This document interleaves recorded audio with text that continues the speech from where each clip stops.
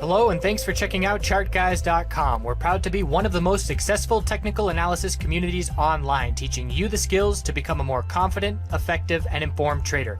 Join our community of hundreds of analysts worldwide working together to learn the charts, generate profit, and achieve financial independence. For access to daily live chart analysis and market coverage, a thriving chat community, along with dozens of hours of exclusive educational materials. We look forward to seeing you. Let's check out some charts.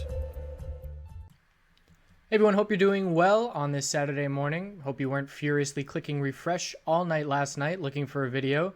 Sometimes I wait until Saturday for MJ videos because we have a whole weekend before trading begins. So CGC, I'm going to look at CGC. If you are trading WEED and you want to know those levels, I'm not going to go over WEED because it's the exact same chart as CGC. And that's a good opportunity for you to practice your own technical analysis and apply what I say to the CGC chart and where I mark levels and mark that on your own chart. And that's a step towards gaining independence with your technical analysis. So here on the weekly time frame, we have our clear all-time high, our low of the pullback, and this big upper wick on the weekly candlestick is looking like our clear lower high. So we have a weekly tightening range. We were looking for daily tightening ranges after the initial pullback, and it's just ending up showing up better on the weekly time frame. So right now we have multiple inside bars for CGC, and we're going to see a clear break and a likely volume spike on Monday. The break right now is going to favor the bears, and that's because we're closing right near the low of the day at 49.40, and a break of 49.40 is an inside bar bear break. That being said, that's only the first thing that I'm looking at. So if we break 49.40, that's the first red flag for the bulls, but I like the 4-hour time frame for clarity here. And it's essentially we have the low of the dump, the high of the bounce on Friday, our low of that consolidation, our lower high, and it's just a tightening 4-hour range to be watching. So we can break that inside bar bearish on the daily, but still maintain within this 4-hour pattern. So I personally am going to be watching this 4-hour pattern. It's going to matter more to me than that daily inside bar is. So I'm looking for a higher low compared to 46.20, even if we do break 49.40, and that's a potential support level to be playing off of early next week. Another potential reason that we're going to be looking for pullback to start the next week, along with the week closes, is obviously TLRY with a week close as well. We'll look at that in just a second. But if everything's closing near the low of the day, that shows momentum towards the downside. So we have to be keeping an eye out for that to continue when we start the next week. In order for the bulls to show up on the hourly time frame, first things first, I need to see a break of 50.44, and then we need to see the bulls make their way up to 51.59, the high of Friday. So those are the two key resistance levels to be watching first thing. But essentially at this point, we're just watching to see can the bulls hold support. And that's going to be the first test that they need to pass. So again, 4-hour time frame has the most clarity in my opinion. It'll be a clear bull break, and we'll be looking back towards the all-time high if we break 52.38, which is our lower high. Otherwise, we're looking to continue to pull back and form a higher low compared to 46.20. Checking in on TLRY, the weekly time frame, look at that upper wick, comical upper wick on TLRY. The daily time frame, significant pullback and no sign that our low is formed here. 123 is where we closed. 121.51 is the low, and the next support is 97. So 100 psychological and then 97 are on watch. And again, there's just no sign that the bounce is underway right now with clear lower highs and lower lows. There will be a nice trading opportunity for the bulls in TLRY. I'm not going to look to go long or do anything like that with these valuations, but we will establish a daily support level and we will bounce up and form a lower high. And that bounce up could very easily see, 20 to 40% with the rate that TLRY does move. So if we were to pull back and bounce off 100, could absolutely see a bounce to 140. So keep that in mind. There will be a trading opportunity. I personally will be keeping an eye on that opportunity, but I will only be trading it, and I will not be looking to make a longer-term entry, of course. 15-minute time frame has clear lower highs. Anything under 135.45 is just another lower high, and the other one was 136.89. So unable to break that level, and it led to lower lows here, testing the low of the day right at the end of the day. So the bears are still in firm control of TLRY. If we see a gap down open, that is going to be a potential buying opportunity. We'll have to see how significant the size of that gap down is, and we'll get some more information pre-market on Monday. So again, that's important to wake up and grab a brush and put a little makeup. That's a lyric from middle school. Anyways, wake up an hour early, and we are going to look for where we're set up and establish our game plan. So CGC, if we have a gap down open and open below 49.40, that's a potential buying opportunity depending on how close we get to 46.20 support. The closer we get to that support, and if we're going to use that as a stop level, the less our risk is. So if we open at 48 and I make an entry and 46.20 is my stop, I'm risking a lot more than if we open at 47 and I put my stop at 46.20. So that determines, number one, perhaps the size of the position I'm going to use, because that's going to reflect on my risk as well. But there's all kinds of these little details and little factors. It's not just buying support breaks and your support holds and resistance breaks. It's all about managing your positions and managing risk to reward and knowing where the clear support is and where your stop loss is going to be and all these factors that go into setting up your trade. So TLRY, bears in full control, looking for further downside on Monday, at least to start. APH, weekly time frame, inside bar form. So we know there's tightening ranges all over the place. And I just did the math. I think we got how many days until October 17th? I think 17 days trading. So 17 trading days. So if we break these tightening ranges bearish, it's not game over because there's enough trading days left before October 17th that the bulls could recover and head back towards the high. I just want to make it very clear that I am very cautious heading into October 17th. And the reason for that is everybody has it accepted as a given that we're going to run into October 17th. And when that is the case, that's when we have a red flag, because that's groupthink and that's the entire herd looking in one direction. And that's what stirs the contrarian in me. And I have a contrarian mindset many times as a trader. And that's, again, if everybody thinks something's going to happen, it's time to start looking the other way. So I'm not saying we're going to pull back, but I'm not saying we definitely are going to hit all-time highs before October 17th. If there is a deal, I pretty much think if there's a deal before October 17th, that's going to dictate the entire sector's momentum. If there's a deal, we're going to be looking for that strength into all-time highs into October 17th. And if there's not, and if there's no catalyst, then I don't believe we will. So I'm watching ACB earnings on the 25th. That's going to be a potential catalyst for the sector. And then we're going to be watching for any deals. And again, if they do not happen, there's nothing saying that we have to run up into October 17th aside from everybody assuming that that's what's going to happen. So another thing is the media. Media coverage for Canadian or for USMJ in Colorado and Washington on the first day of sales was absolutely huge. It was on every social media, every news outlet. Everything was covered, and it was because they had content of showing long lines around the block. People are pointing out, and it's a good point in my opinion, that we aren't going to have that same kind of hype because we don't have these storefronts open. We're not going to see long lines around the block. We're not going to see these camera crews, out talking to people who are waiting in line and doing all these things, because that's not really the setup that Canada has going for October 17th. That's another thing to be watching. Yes, it will be in the headlines, but it's not the kind of thing that all these, I don't know what it's going to be like, but I would imagine that they're not going to have the same kind of content that they would if they're out on the street corner with everybody waiting in line and everybody's pumped, and that's building a sense of hype in a certain degree. So for APH, inside bar on the weekly time frame, the daily chart, we've got the equilibrium, we've got the high, low, lower high, and now multiple inside bars, just like WEED or CGC.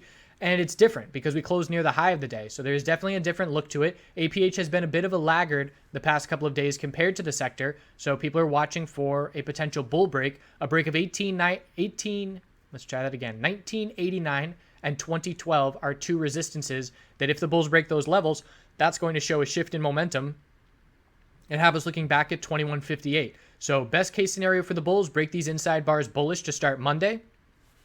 Worst case scenario in the short term would be a break of 1857 because that would lose the low of the last 3 days, and that would have us looking at an area with a lack of support until down at 1576. So the bulls really want to hold 1857 and make their way back up towards the recent high, and I'm really liking the tightening pattern here because tightening patterns lead to some nice breaks and nice follow through and nice clarity. I personally did not make a trade on Friday, and that's after making 45 trades on Wednesday, maybe 15 plus trades on Thursday. And then I got into Friday and said, I don't like any of these setups, so I'm not going to trade. I'm going to pump the brakes. If there's a clear setup that comes to me, I'll take it, but I'm not forcing anything, and I'm not giving back $1 of profit that I've made this week. And so I didn't trade once on Friday, and that's because everybody was in these tightening ranges, and that means less volume, less volatility, and less opportunity as a trader. So recognizing when to go full on hard as a trader and recognizing when to put on the brakes and slow down is also very important for longevity. So we'll watch the tightening patterns on APH, the 15-minute time frame. Actually, the hourly can give us a little bit more clarity. So here's our higher lows on those daily charts for the hourly perspective, and here's a couple of resistance levels. So essentially a tightening range. We have our low of the dump, high of the initial bounce, higher low, which was almost a double bottom, lower high, higher low, and now we're seeing if we're forming a lower high or if the bulls can break 1998. So tight range to be watching on APH. ACB, weekly charts looking pretty good. Some of these weekly charts on the other names are rounding out a little bit, trading sideways, but that's a very strong breakout candlestick. As far as the daily chart goes for ACB, we're continuing higher lows every day, and this is a pattern you want to watch. Higher lows for 5 days in a row. If we break 1165, we break that pattern, and we start daily consolidation. Consolidation on ACB on the daily chart will be healthy when it does come. We need a higher low. We just ran from 765 to 1256 with no clear higher low established. So if we lose that higher low pattern, we're just going to look to pull back and form another healthy higher low. But that just tells us that momentum is shifted for now, and the bulls need to take a breather. So ideal scenario for the bulls is hold 1165 on Monday, and we have a double top, 1224 and 1225, and then we're looking up at 1256 after that. There are multiple times where we've seen ACB this past week as holding up stronger than everybody else. And I believe it was yesterday, we were seeing CGC hit a new low of the day, APH was right at the low of the day, and ACB was about 2% above the low of the day. So it did stand out, holding up a little bit better. So two very clear resistances that the bulls want to break, and if we do break that 1165 support, again, that means, all right, we have to be a little bit patient. The bulls need a breather, and the bears are going to knock it down to have to establish a daily higher low. But ACB right now definitely is one of the better setups in my opinion, just because it is holding on so well and just because we have earnings approaching. A lot of people have some bullish expectations on earnings. I believe the CEO has made a comment that has people excited. So keep in mind that that comment allows for pricing in of good earnings reaction already. So not all the way, but when you say something like that and the market anticipates that, then that's what we have for pricing in. Same thing with the Coke deal. If we get a Coke deal, some of it's going to be priced in. Obviously not all of it, but it's not going to be the same kind of surprise. You know, if it were going to be, if no one said anything about Coke and we get the news that there's a partnership, obviously it's going to be a much more bullish reaction than if we have all these hype and rumors and people get in anticipating it and then we have it come out. So again, we will still see upside if a deal comes. It's just not going to be as big because information has come out into the market that allows the market to price in this potential. CRON. Weekly chart has a big upper wick, so CRON on the daily chart is pulling back, and it's already trying to form its higher low. And I can say it's more weak in the short term than these other names just because we don't have inside bars. We already broke the Thursday inside bar bearish, whereas APH and CGC did not break their daily inside bars. So that's a pretty clear difference between the two. Support is down at 1228 and then 1160. So 1228, 12 psychological, 1160. Clear hourly lower highs to be watching for the bulls to break in order to regain momentum. The first level the bulls have to break is 1266, a little double top with 1265, and then we're looking all the way back up at 1378 as the next resistance level. And again, I like the 4-hour time frames here, similar to what we're looking for. And this was actually a really good signal. So inside bar, bear break was at 1323, and just like that, we dropped down $1. So inside bars on the 4-hour time frame, giving some nice clarity, but I would be watching the hourly chart from here because it's a clear setup and we have lower highs. So every one of these levels is a lower high of resistance that the bulls have to break to try and shift this hourly trend. And even if we break 1265 and 1266, it's a good start for the bulls, but there's still a lot of work to do. So that's not it's a bull break, absolutely, but I wouldn't expect us to head right back up into the $14 range if we break that level. That's just going to be an initial signal. You can see the volume has completely dried up as we're trading sideways, and we're going to be looking for a clear break of this very tight range. So if we want to zoom into the 15-minute, it's all about 1266 and key support of 1235 and 1228. So it all depends. If I'm looking really short term, I'm looking on the 15-minute time frame. If I want to look a little bit longer, the hourly chart has the best setup. But as of right now, out of the names we've covered, as far as the short term last week of trading goes, CRON is one of the weaker names. ACB is one of the stronger names. OGI, inside bar on the weekly. Daily time frame, really nice equilibrium is setting up. So we have our high, low, and this is one like APH that formed a clear lower high here, pulled back, higher low, and now we're heading back down towards the support level of 661. After 661 is 624, and on the hourly time frame, we've got clear lower high resistances, 721, 739, and then looking up to 752 after that. So multiple lower highs on the hourly time frame to be watching. And again, we close with momentum favoring the bears down at the low. And if we break 705 and 7 psychological, there's a good amount of space to the downside. So as of where we closed at the end of the week, most names are favoring some bearish momentum. So we might see that follow through with how we open Monday morning. Our IV, I have yet to see a good opportunity for a bullish entry. And you want to wait for the range to be established first thing when it begins trading, which it did. And there was really no bull signal after that. You could have used this one as an initial short-term bull signal, but obviously we saw no follow-through. This is the 5-minute candlestick, and it gave it all right back the next 5-minute candlestick. So at this point, if you look at the 15-minute time frame, there are just very clear lower highs that are keeping the bears in complete control, and there's no reason to be making a bullish entry until that trend changes. So resistance is 949 and 944, almost a little double top. As soon as we couldn't break 949 to start the morning on Friday, the bears just had complete control very easily for the rest of the day. So I'm looking at resistance of 856 and then down to 804, and anything under 804 is just a lower high. Support is down at 752.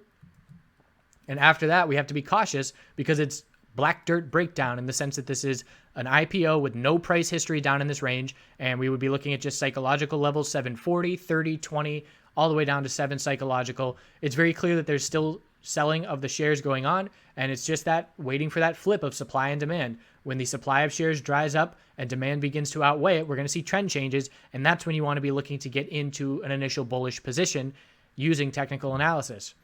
And on the daily chart, this is the weekly, significant recovery from weakness on that bearish reaction. I believe it was TLRY that cut them loose. But this is a potential top fishing play. And the reason it's a top fishing play with 375 resistance for a potential bearish entry is because of how much we have bounced in the last 4 days, in the last 5 days, and because it's declining bull volume. So that tells me that the bulls are running out of momentum to a certain degree. We've got 344 as resistance, 360, and then 375 after that. And the closer we get to 375, the less risk there is. So if we wait until we get up and we get up to 365 and I make my bearish entry and I'll exit if 375 breaks, I'm risking about 11 or 12 cents. If I were to make a bearish entry right now, there's a lot more risk before my stop level would trigger. So we're currently about 10% away from that key 375 resistance. And we're going to be watching for the potential of a bearish opportunity compared to that level. And again, it's just a very low risk trade with a clear stop level, anticipating the potential of a lower high and a continued daily tightening range. So where we head into next week, short-term momentum is favoring the bears. If we see a gap down open, it's going to be a potential buying opportunity, but keep in mind that none of these RSI levels on the longer term timeframes are oversold. 5-minute oversold bounces have been pretty good on these in this sector recently. And we're going to be watching the tightening hourly ranges, the 4-hour range on CGC. Again, there's different time frames that have different clarity for different tickers. So while CGC, I like the 4-hour time frame the best for clarity. For ACB, it might be the hourly chart that has the best clarity. So it all depends on what your style and preference is, but you always want to be clicking around to different time frames because there's often times, if I only looked at the daily chart, I would say, yeah, CGC, a break of 49.40, that's a clear bear break. That's a bear signal. But if I look at the 4-hour time frame, it tells me more details of what's going on. And I say that, well, we could break 46 or 49.40 and still very easily form a higher low in this tightening equilibrium pattern. So that would not be a significant bear signal if we do hold 46.20 support. So I hope you all have a good rest of your weekend, and we'll see how it goes from here. And again, I'm personally going to be continuing to trade this space, more cautious now while we're in tightening ranges. When we break tightening ranges with spikes in volume, I'll be a little bit more aggressive again. And I am not taking it for granted that we are going to go up and run into October 17th.